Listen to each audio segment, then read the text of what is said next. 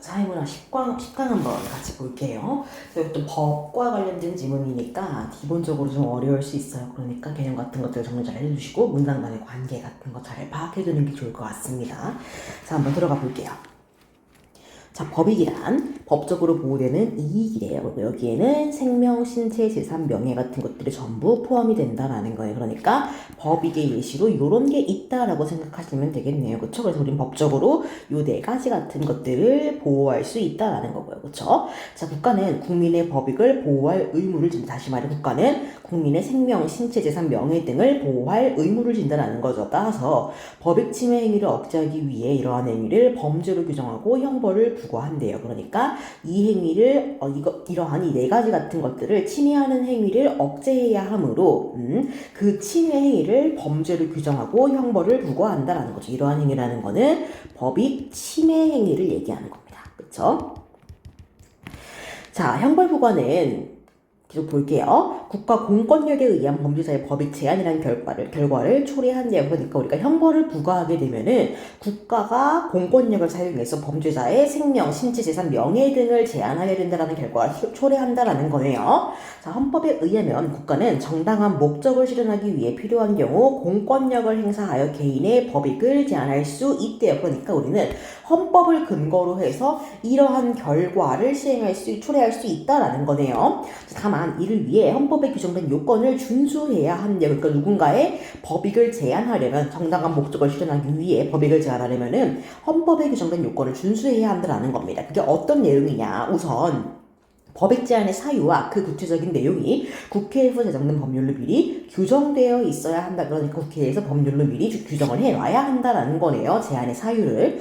또한 보호대상 법익과 이러한 보호를 위해 제한되어야 하는 다른 법익 간의 균형을 맞춰야 돼. 그러므로 국민의 법익은 필요한 경우 최소한으로 제한을 해야 하는데 이걸 바로 우리가 비례원칙이라고 할 거래요. 그러니까 우리가 어떤 누군가의 법익을 보호하기 위해서 누군가의 법익을 제한하는 거잖아요. 그렇죠? 그러니까 피해자의 법익을 보호하기 위해서 범죄자의 법익을 제한한다 같은 거니까 그 두 사이에 어느 정도의 균형이 있어야 한다라는 겁니다. 그렇죠? 그래서 최소한으로만 해야 한다. 형벌부과도 법익 제한에 해당한대요.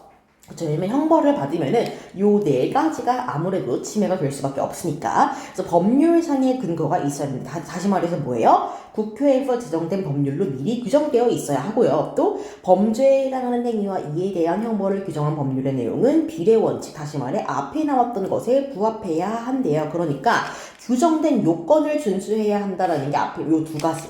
법률상의 근거와 비례원칙이라는 걸 알아두고 들어갈 겁니다. 자, 그래서 우리가 이것들을 기반으로 해서 이제 본격적으로 본론에 들어갈 겁니다.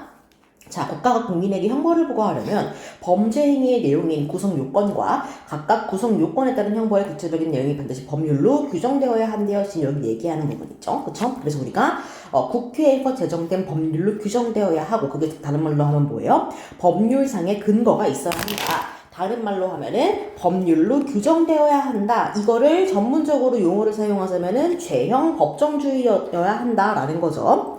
또한 범죄와 형벌에 대해 규정한 법률에 대해서도 비례 원칙이 적용된대요. 그래서 범죄에 상응하는 형벌이 부과되어야 한다고 합니다. 다시 말해서 중요한 법익을 침해하는 범죄일수록 무거운 형벌, 그리고 같은 법익에 대한 범죄라면은 법익 침해의 정도가 클수록 무겁게 처벌되어야 한대요. 이게 바로 뭐예요? 비례 원칙이다라는 겁니다.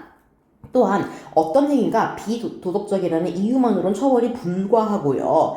이것만으로는 안 돼. 법익을 침해하는 행위더라도 형벌로 대응할 필요가 없다면 범죄로 규정될 수가 없대요. 그러니까 우리가 범죄로 규정할 수 없는 조건 두 가지 정도 예시가 있는 거야. 첫 번째로는 비도덕적이라는 이유만 있다면 안 되고, 그리고 형벌로 대응할 필요가 없는 법익 침해 행위인 경우 이 두 가지는 범죄로 규정될 수가 없다라는 겁니다. 자, 그런데 법익 침해라는 결과를 초래하지 않은 행위더라도 법익 침해라는 결과를 발생시킬 가능성, 그러니까 아직 결과적으로는 초래하지 않았지만 그럴 가능성이 높다면 범죄가 될 수 있다는 거죠. 그래서 이 부분 잘 알아두셔야 됩니다. 자, 전자의 예로, 그러니까 뭐예요? 처벌할 수 없는 경우, 그치? 타인의 재산을 파손하여 못 쓰게 만들었대. 그럼 뭐야? 재산이니까 어쨌든 법익을 침해하는 행위는 맞긴 맞잖아요, 그쵸? 근데 고의가 없대. 그렇다는 건 뭐예요? 형벌로 대응할 필요가 없는 거네, 그치? 그래서 처벌되지 않는 거고, 후자는 뭐예요? 사람이 있는 건물에 불을 질러. 그래서 불이 번지기 전에 지나면서 피해가 없더라도, 즉 뭐예요? 법익을 침해한 게 없더라도 방화죄로 처벌될 수 있대. 왜냐? 법익 침해, 뭐 다른 사람의 생명, 재산, 명예 이런 것들을 침해할 가능성이 높은 행위니까요. 자, 후자의 경우처럼 법익 침해라는 결과가 발생하지 않아도 성립하는 범죄를 위헌범이라고 합니다. 그러니까 위험이 있다라는 거죠. 이와 달리 결과가 발생해야만 성립하는 범죄를 침해범이라고 할 겁니다. 그래서 우리가 앞으로 그 다음 문단에서는 위헌범과 침해범이라는 구분을 좀 볼 가능성이 클 수도 있고요. 아니면은 또 이런 식으로의 다른 분류를 좀 볼 가능성도 있겠죠. 자, 그 다음으로 갑시다. 범죄 행위를 완성하지는 못했지만 고의로 범죄 행위를 하기 시작하는 것을 뜻하는 실행의 착수, 이게 바로 실행의 착수죠. 그게 인정되면 미수범이라고 한다는 거죠. 그러니까 범죄 행위가 완성되진 못했어. 그렇지만 의도가 있었다라고 해서 그 실행의 착수가 인정되면 미수래요. 이에 비해 범죄 행위가 아예 완성이 됐어. 그러면 기수인 겁니다. 그래서 미수와 기수의 차이를 알아두셔야 되고요. 자, 구성요건에 해당하는 범죄이더라도 기수범만이 처벌되는 게 원래는 원칙이 돼. 따라서 미수범이 처벌되려면, 즉 원칙 이외의 처벌이 필요하려면은 특정한 범죄 구성 요건에 대해서는 미수범도 처벌한다는 내용이 법률로 규정되어야 한다. 즉 죄형 법정주의가 있어야 한다라는 거죠. 자, 그러나 기수에 이르지 못했는 대로 처벌하는 것이 정당화되려면 미수범을 처벌한다는 내용이 법률 규정이 있는 것만으로는 부족하대. 그러니까 뭐예요? 기수에 이르지 못했다. 다른 말로 하면 미수다. 그때 정당화되려면은 법률 규정만으로는 안 돼. 이게 필요한 건 맞아요. 이게 첫 번째 조건인 건 맞는데 이 규정만으로 안 된다는 거니까 그러니까 추가적으로 더 필요한 그 조건이 있다는 겁니다. 자, 미수범은 처벌되지 않는 범죄도 있으므로 구성 요건이 유형에 따라 미수범 처벌 여부가 달라지는 것을 정당화할 수 있어야 하는데, 그러니까 어떤 유형에 따라서 미수범을 어떻게 처벌할지가 달라지니까 그걸 정당화할 수 있어야 한다는 겁니다. 자, 그래서 미수범 처벌의 근거에 대해서 얘기할 건데요. 이걸 일단 첫 번째는 행위자의 위험성에 처벌할 수 있기는 해요. 그렇지만 이것만을 근거로 하면은 비례 원칙과 부합하기가 어려우니까 다른 걸 근거로 해야 한다는 겁니다. 그래서 미수범 처벌의 가장 중요한 근거는 중요한 법익은 더 강하게 보호해야 한다. 그러니까 뭐 생명 이런 걸 얘기하는 거죠. 자, 그래서 법익의 중요성이 클수록 이에 대한 침해를 방지할 필요성이 커져요. 그러니까 즉 비례 원칙에 기반하여서 하는 거죠.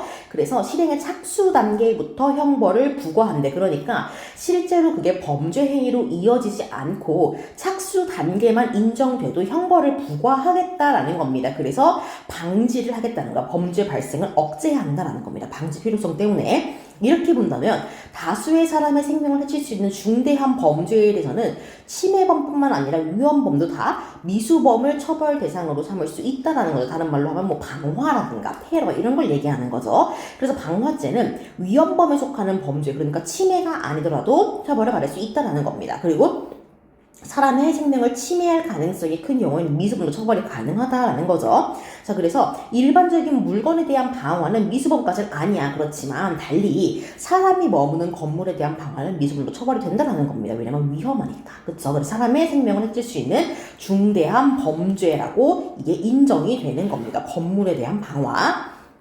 자, 그래서 형법상의 미수범에는 이렇게 세 가지가 있는데 이 세 가지를 다 분류해서 볼 겁니다. 첫 번째, 장애미수란 범죄자가 범행을 완성하려는 의도로 실행에 착수를 했으나 외부 사정으로 인해 미수가 되는 거야. 이에 비해 중지미수는 범죄자가 착수에 이른 후 자발적으로 중단한 거야. 그러니까 장애미수는 뭐야? 하려고 했는데 다른 사람 때문에 못한 것. 중지는 자발적으로 중지한 것. 불능은 착각 때문에 완성되지 못한 거래. 그래서 요 세 가지를 구분할 수 있어야겠죠. 왜냐면은 같은 범죄에 대한 미수범이라도 유형에 따라서 처벌이 달라진다는 거죠. 그쵸? 그래서 장애미수의 경우에는 형벌이 감경되는 거에 그러니까 조금 줄어드는 거에 비하지만 불능미수는 뭐야? 자발적으로 멈췄잖아요. 그쵸? 그렇기 때문에 자발적으로 멈추게 아니고 착각으로 멈춘 거죠. 그래서 감경뿐만 아니라 면제가 될 수도 있다라는 겁니다. 이건 그냥 가능성이. 근데 중지미수는 어때? 반드시 감경 또는 면제. 그러니까 자발적으로 중지를 하면은 반드시 처벌을 할 때 이걸 인정을 해줘야 한다라는 겁니다. 그래서 잘못된 생각으로 일단 범죄 행위 실행에 착수했더라도 자발적으로 그만두는 것에 대한 보상을 제공해. 그래서 어떻게 돼? 다른 사람 이게 이런 일을 좀 덜 만들 수 있을 자발적으로 그만두면은 피해가 안 생기잖아, 그쵸? 그래서 이런 식으로 좀 보상을 주면은 다른 사람들도 자발적으로 멈출 가능성이 커져서 다른 사람들의 법익 침해가 사라질 수도 있는 거고, 또 그리고 어때요? 이 미수범한테도 이 미수범의 법익 침해도 막을 수가 있는 겁니다. 그래서 감경해주거나 면제를 해주면은 이 미수범도 본인의 법익이 침해되는 걸 막을 수 있겠죠. 그래서 보상을 제공해서 이 결과를 방지한다라고 보시면 될 것 같습니다. 그래서 요 세 가지 구분하시고요. 이 세 가지별로 감경 또는 면제가 어떻게 진행이 되는지, 그리고 이것이 왜 진행되는지를 다 살펴보셔야 합니다. 그래서 이 작품은요, 이 지문은요, 일단 우리 1문단에 나와 있는 법익 보호라는 것에 대해서 계속해서 그 전제를 깔고 들어가고 있어서, 하물며 범죄자에도 법익 보호의 필요성이 존재한다라는 것을 근거로 해서 앞으로 범죄자를 어떻게 처벌할 것인지, 어떤 형벌을 내릴 것인지, 이런 것들을 다 우리가 분류를 해서 유형별로 배우고 있는 겁니다. 그래서 1문단을 기반으로 해서 나머지 본론 2, 3, 4, 5문단을 다 개념별로 분류를 해보시고 1문단을 근거로 해서 이러한 분류가 왜 나타났는지를 파악해 보시는 게 굉장히 중요할 겁니다. 이렇게 해서 한번 마무리를 해볼게요.